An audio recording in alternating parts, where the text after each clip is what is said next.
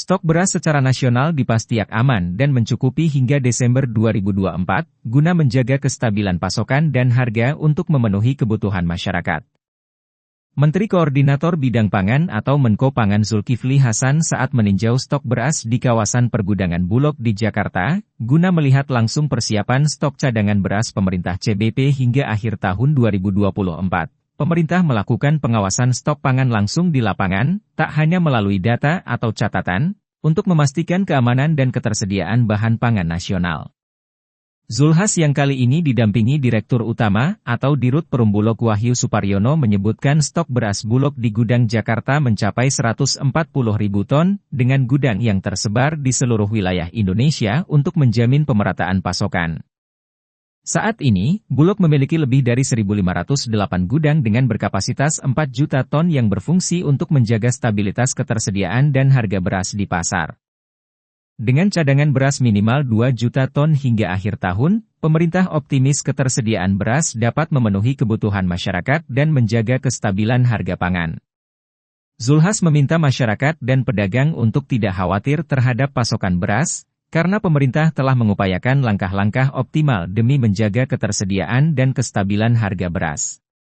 Sementara itu, Wahyu Suparyono mengungkapkan, stok beras yang dikuasai saat ini mencapai 1,6 juta ton dan dipastikan cukup aman untuk memenuhi kebutuhan nasional hingga Desember 2024, menjaga stabilitas pangan di akhir tahun. Wahyu menyampaikan bahwa pihaknya menargetkan sebanyak 2 juta stok beras hingga akhir tahun 2024. Terkait swasembada pangan, sebelumnya Zulkifli menyampaikan anggaran untuk program ini tahun 2025 sebesar Rp139,4 triliun. Total anggaran tersebut akan dibagi kepada beberapa kementerian dan lembaga terkait seperti Kementerian Pertanian, Kementerian Kehutanan, Kementerian Kelautan dan Perikanan, Kementerian Pekerjaan Umum, Badan Gizi Nasional, BUMN Pangan dan lainnya.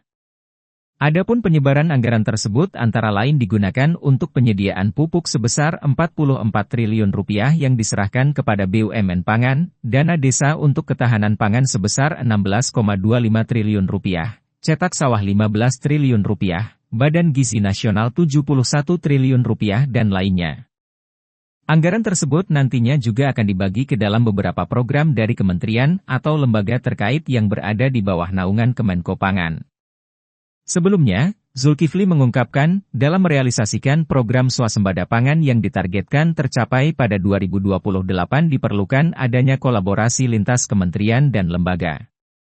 Presiden RI Prabowo Subianto meminta seluruh kementerian terkait untuk mendukung Kementerian Pertanian sebagai sektor unggulan dalam mengejar target swasembada pangan dalam kurun waktu 3-4 tahun. Swasembada pangan menjadi program prioritas yang menjadi perhatian utama bagi Presiden Prabowo Subianto. Swasembada pangan merupakan sebuah keharusan, mengingat Indonesia adalah negara agraris yang tidak boleh bergantung dengan negara lain untuk memenuhi kebutuhan pangan. Rahadi melaporkan untuk Bisnis Bali.